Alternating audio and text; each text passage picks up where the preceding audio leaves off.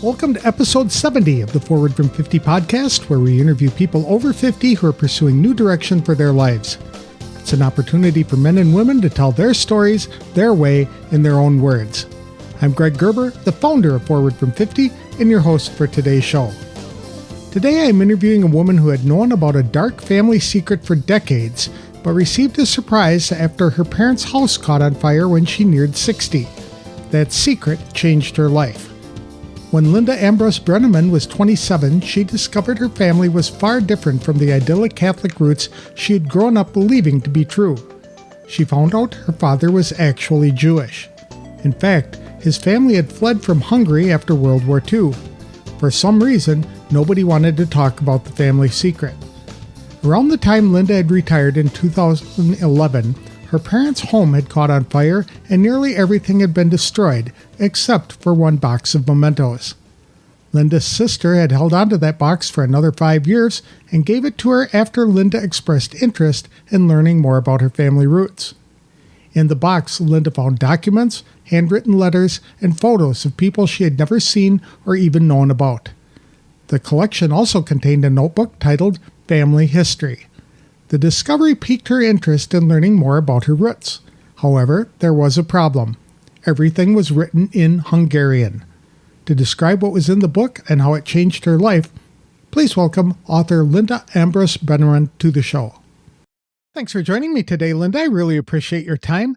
I understand that when you were well over 50, or a little bit over 50, you discovered that your dad had a secret that he kept from the family. And that's changed your life, uncovering that secret. What happened? It certainly is. But before I start, Greg, I would really like to thank you for having me on your show. I really appreciate it and enjoy the opportunity to have this conversation. Thank you. So I actually found out before I was 50. I found out by accident when I was about 27 that my father's family was Jewish. And we had been raised Catholic. So it was a bit of a shock. But I didn't do anything about it. And I really didn't do anything about it until well over I was 50. I was more like 60 when I realized it was time for me to really look into my family roots.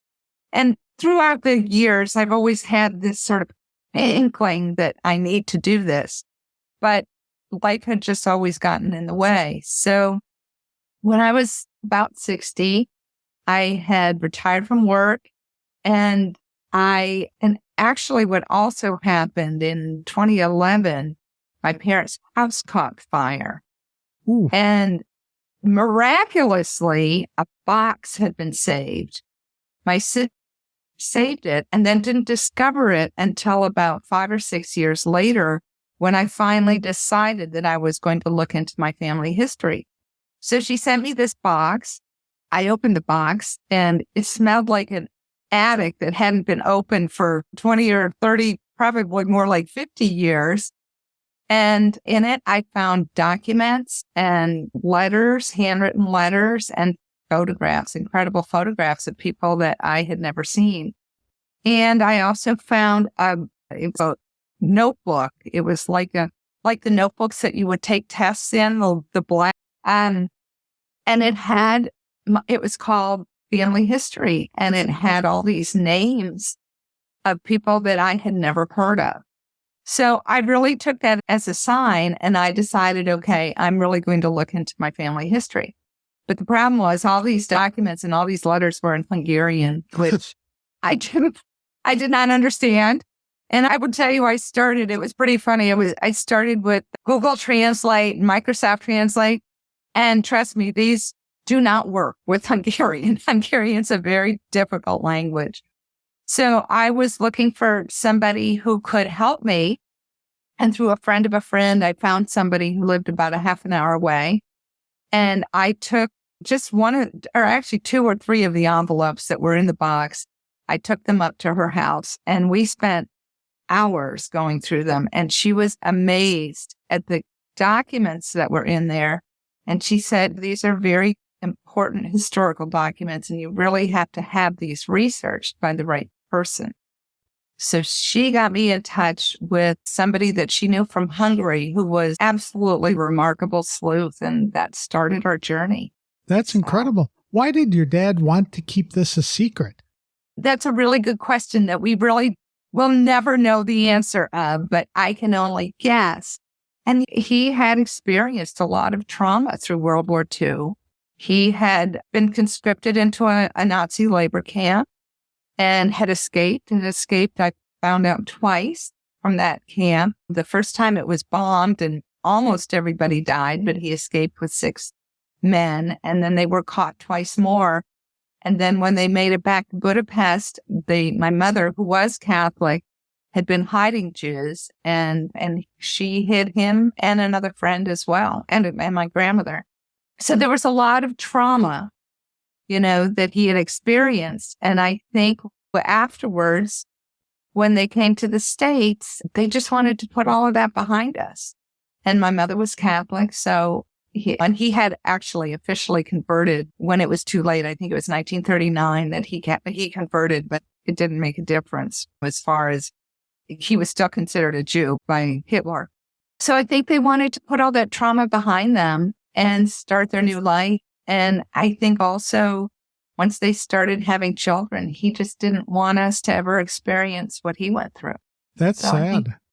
His way to protect us. Did your mom and dad meet with your beforehand, or did they know each other before Dad started hiding there? Okay. Yeah, they met in 1942. They were 18 years old, and they met in medical school as young medical students. And my father they'd started school, and he was instantly smitten with her and pursued her. But what's interesting is during that time, there was what they called the numerous clauses or the anti-Jewish laws, and only 6% of Jews were allowed to enroll in school. So there are very few Jews in their class. So I don't know whether my mother actually knew when she first met him that he was Jewish. She certainly found out later, because in April the next year, actually in 1944, when the Germans came in, everyone had to wear a yellow star, and they had a lot of restrictions taken away. And actually there was an anti-Jewish law in 1941 that prohibited Jews from marrying Christians and dating and so on. So my mother actually went against the law to marry him, to become engaged to him. And they became engaged the day before he went into labor camp in 1944. Wow. And then they were married in 1945. When you think back then, both Jewish faith and the Catholic faith were very protective of its ideology, and they did not want its members to be marrying outside of their particular faith. And so it's even more remarkable that your story, or that they came together and that you are even here today. Yes. For so many reasons. The fact that my mother hid him and hid a number of people for which she was honored as righteous among the nations. And for your listeners, if they don't know what righteous among the nations is, that is the highest honor that the state of Israel gives non-Jews for hiding Jews during the Holocaust. And so her name is inscribed on the Wall of Honor at Yad Vashem, which is in Jerusalem, along with such names as Oskar Schindler and Roald Wallenberg, and some of the famous names that your listeners would know about. That's incredible. Yes. So what prompted you to research your family history then? You said you just felt this need to do this, and it was suggested by the woman who spoke Hungarian that you were in possession of some really historic documents. Yes. I think I always had that urge to find out who my family was. I grew up, and it was just, I did have a big family. I have 6 siblings, but and my grandmothers did come live with us after the 56 revolution, but we didn't have grandfathers. We didn't have great grandfathers. My parents never talked about the past. It was this web of secrecy. And I just wanted to learn the truth of who I was and who my family was. And those feelings came up throughout my life. But I think as I got older, I was driven to finally find the truth about my family. Okay, that's a great story. A lot of people who are over 50 kind of feel that connection to the older generation and want to continue to pass that tradition on to the younger folks. But it's surprising that your grandparents and parents were relatively secretive about that, didn't really want to talk about it. So you couldn't ask family about family. Were any of them alive when you started doing your research? My father was alive, but he was in his later years, and we didn't want to tell him. He would have been too upset. But really? Yeah, I think that's the issue, right? Because when you start so late, most of the people that you would want to ask these questions have died. So it was hard. And it explains why we need to be sharing our stories with the people who are coming after us, because once we're gone, the stories are gone forever. Exactly. Yep. Exactly. So I can imagine it would be extremely traumatic for a child, even a teenager, a young adult, to be growing up in that environment in Germany when everything was collapsing around you and your friends and family are being carted away and executed, and how you would just, once it's done, you don't ever want to go back there again. Like the Vietnam POWs came back and they said, I don't want to talk about it ever again. And they didn't. Yeah. But the difficulty, I think, is when they don't talk about it, it never goes away. Mm-hmm. So if you haven't dealt with it, I think it comes out in ways that are not the best ways. And so I think that's what happened. What happened is then the second generation deals with it. And you have this whole group of people, it's called second generation of Holocaust survivors, that have formed groups because they need to talk through how that affected them. And it does. It makes a big difference, I think, to your identity. When you don't understand, you've grown up with all these secrets, you don't really understand who you are and where you came from. And I think that has a negative effect. Have you gone back to Hungary to do research in person? Have you met any of your relatives? I have. Yes. It's been very exciting. That's really been the wonderful part of this. I met some relatives that are actually here in the States that live in California that were wonderful. And it was remarkable. I have to tell you this, that when we first met, there was just something. You could tell there was a connection. And then his name is Miklos, and Miklos, he kept looking at me. And finally he said, you remind me so much of my mother, and your mannerisms are exactly like my mother or his mother. So that was one thing. But then a year later, we went back to Budapest. We went all together. There's an exhibit, which I'll talk about in a minute. But a number of us went back, and including some very old friends who knew my parents. And they took a look at Miklos and they said, oh my God, he looks exactly like your dad. These genes are, they exist. And it's so fun to find people who have that connection with you. Absolutely. But then I also did learn about some other relatives in Budapest. So that was really nice. Okay. So you went over there and you talked to those folks and you heard the stories, and then you decided that you wanted to compile them into a book? What happened was, and I'll go back to the, Anna was her name, the friend who lived about a half an hour away, who first told me that these were important documents. And she put me in touch with a friend of hers called Ambrus Broenniman. And I actually dedicated the book to him. Unfortunately, he died a couple of years ago. But he was a remarkable researcher. And he found information in places where I don't think anybody else could find. It was remarkable. And so we were able to piece together stories. And we actually found two books that my relatives had written. One relative who lived in the late 1800s to died in 1920.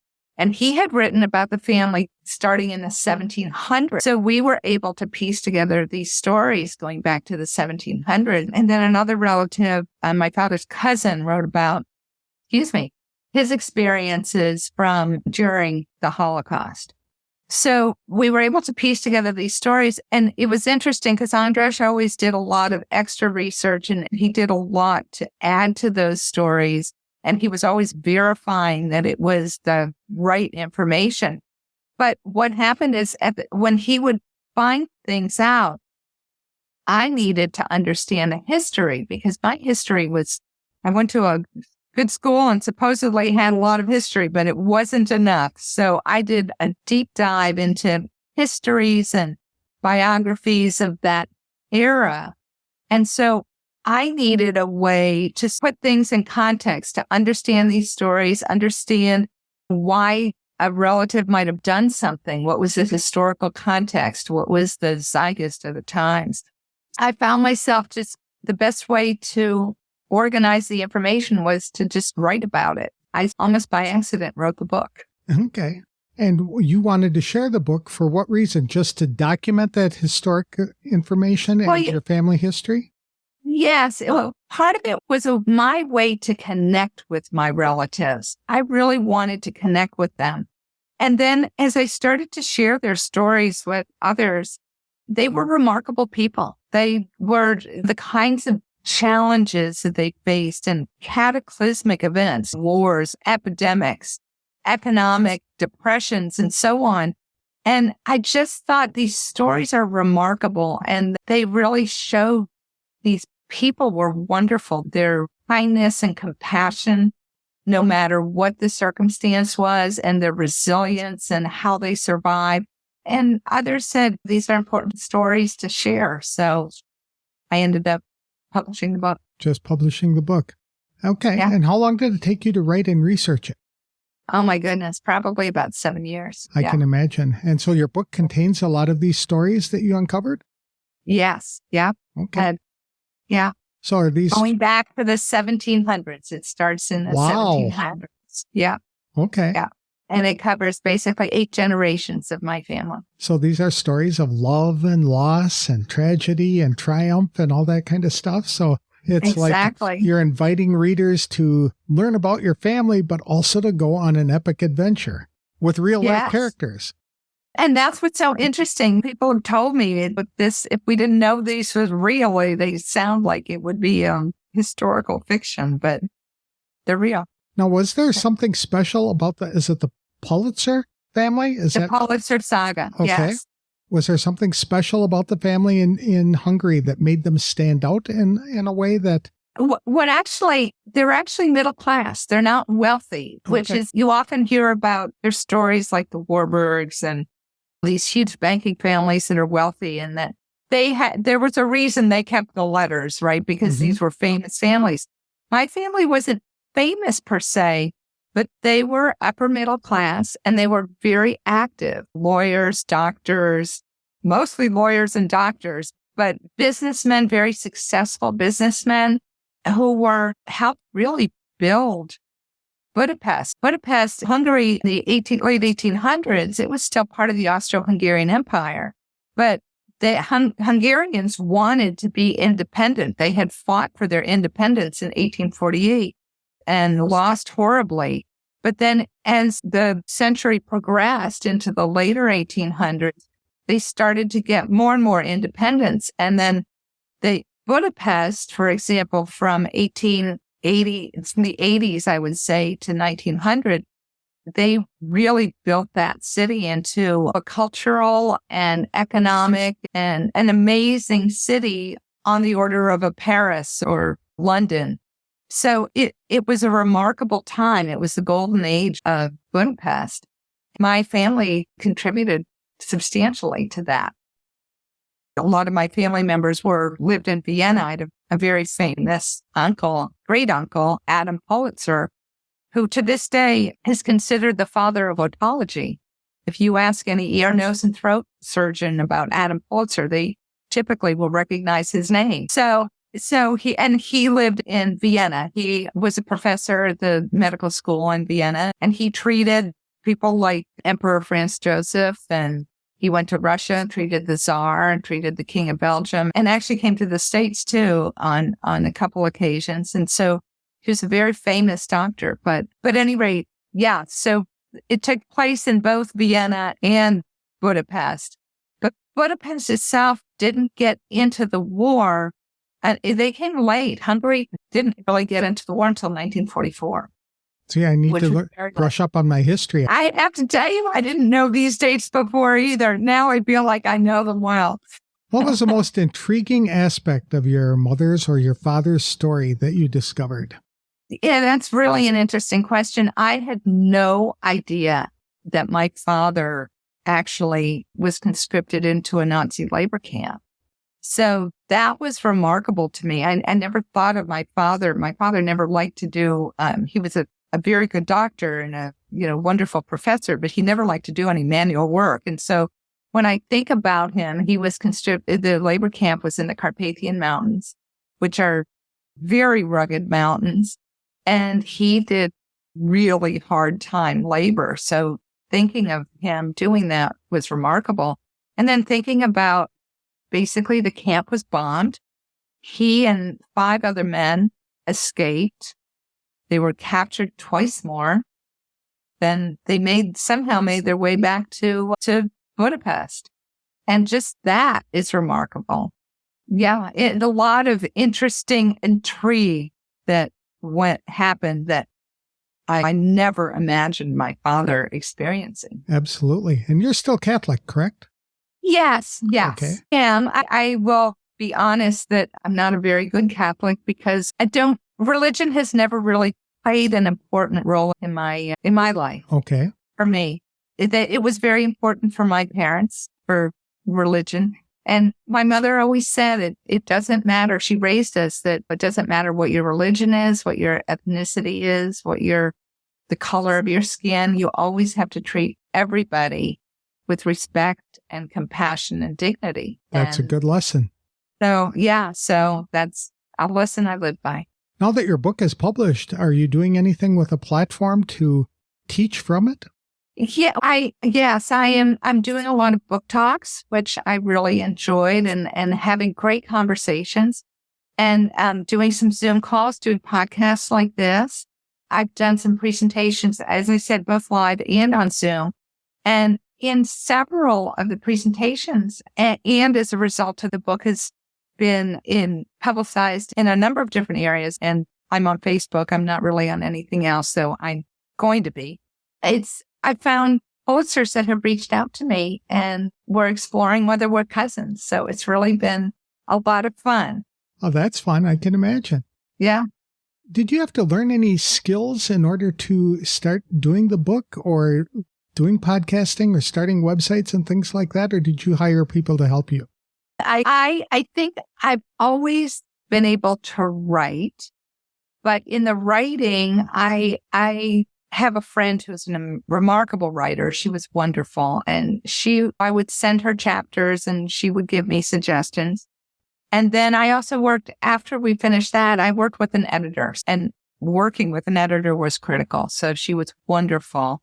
Her name was Herta Feely, and she really helped me organize the book a little bit better and gave me some great ideas. For example, in each chapter, I have learning more.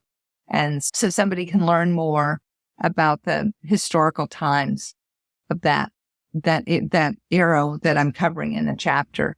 And so she had some great ideas and was wonderful to work with. If you had to start over again, would you do anything differently?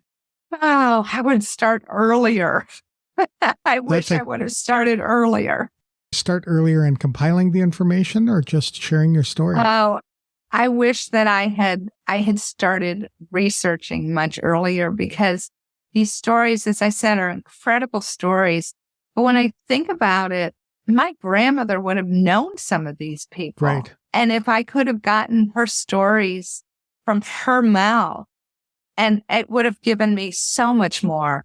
And also, what's interesting is back in many of the 1700s, 1800s, even the early 1900s, there weren't a lot of articles about women. Mm-hmm. And there were some remarkable women in my family. I had authors in my family, and I'm talking about the late 1800s and mid 1800s. So the fact that these women got published was remarkable. Indeed. Remarkable. But aside from their books, there's nothing about them. And my grandmother would have known them. Mm-hmm. And so to hear more about the women would have been incredible, would have been great. You've done so much work in genealogy and things like that. Why is it so important, do you think, that we capture these stories of the folks?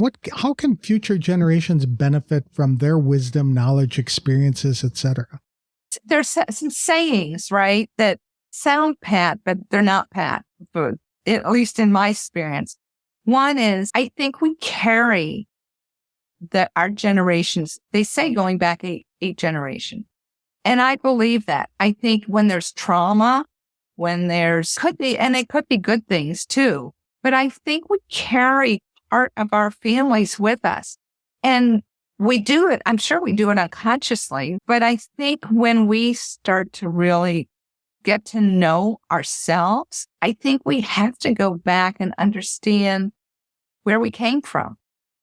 And I don't think we can have a complete picture of who we are without understanding where we came from. That's a good point. And you can't really plot a place forward unless you look where you've come from.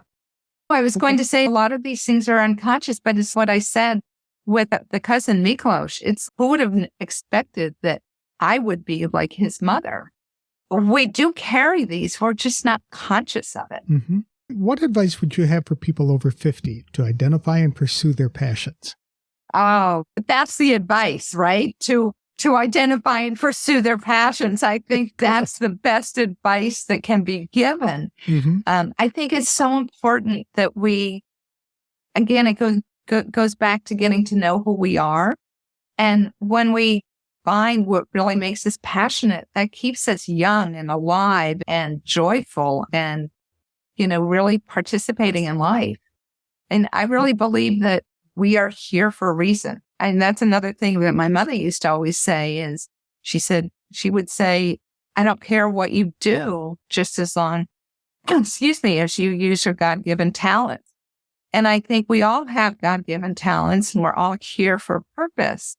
Finding that out, I think, brings us great joy and fulfillment.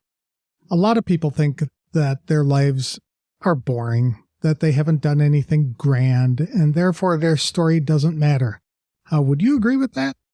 No, not at all. I think every one of us, no matter what, and I'll get back to what doesn't matter, our religion, our economic status, our ethnicity, it doesn't matter. We are all here for a purpose, I think. And it's important that we learn who we are and treat ourselves well. We're all gifts and so we need to use them. And it doesn't matter if you do something grand or something small, even just being kind to somebody, being kind to an animal, being kind to anybody. If you bring a light, shine a light that needs. Absolutely. The world is getting darker all the time, so any light is really going to shine out.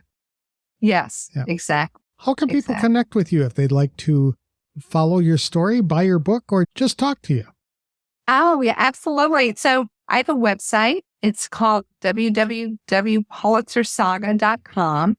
And if you send me contact information, you can fill out a form. Please contact me and I'd be happy to email you back.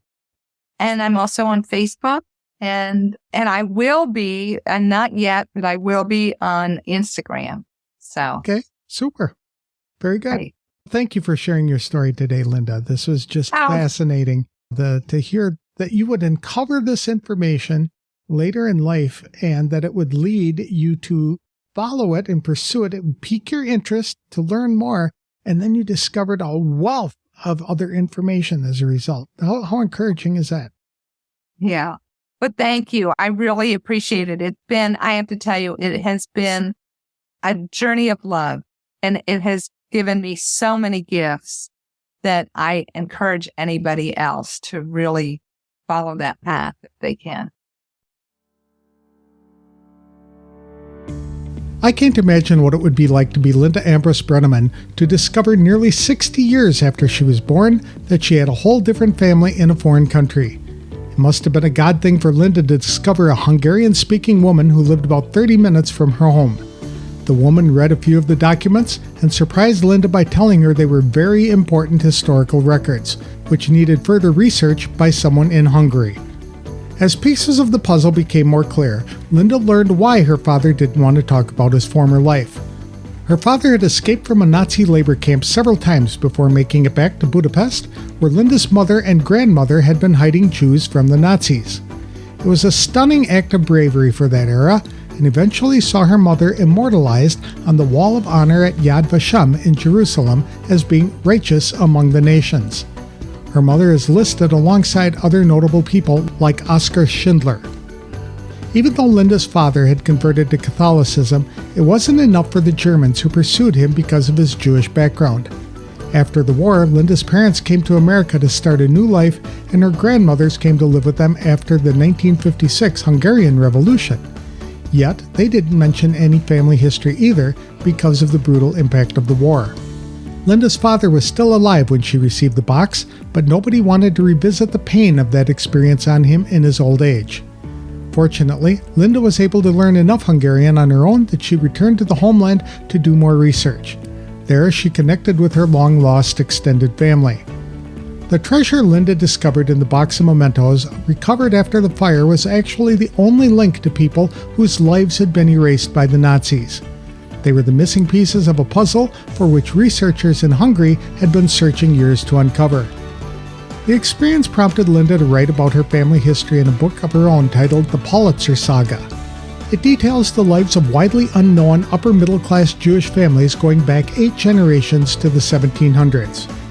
One of her great-grandfathers is considered the father of otology for his work in studying problems with the ear. In fact, he was credited with treating the Emperor of Australia, the Tsar of Russia, and the King of Belgium.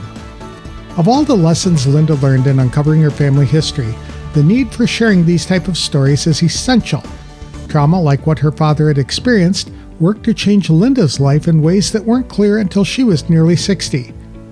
I really appreciate Linda for sharing her story and inspiring others to look into their family histories as well. People can connect with Linda on her website at www.pulitzersaga.com. Her book, Pulitzer Saga, is available on Amazon and in other bookstores. That's all I have for this week's show. If you would like help in identifying a purpose for your life or to get help planning your next steps, I'm offering a complimentary brainstorming session to members of the Forward from 50 Facebook community. For details, connect with me on Facebook or visit www.forwardfrom50.com. I'll have another inspirational interview on the next episode of the Forward from 50 podcast. Thanks for listening, and if you like this show, please consider leaving a review wherever you download the episodes.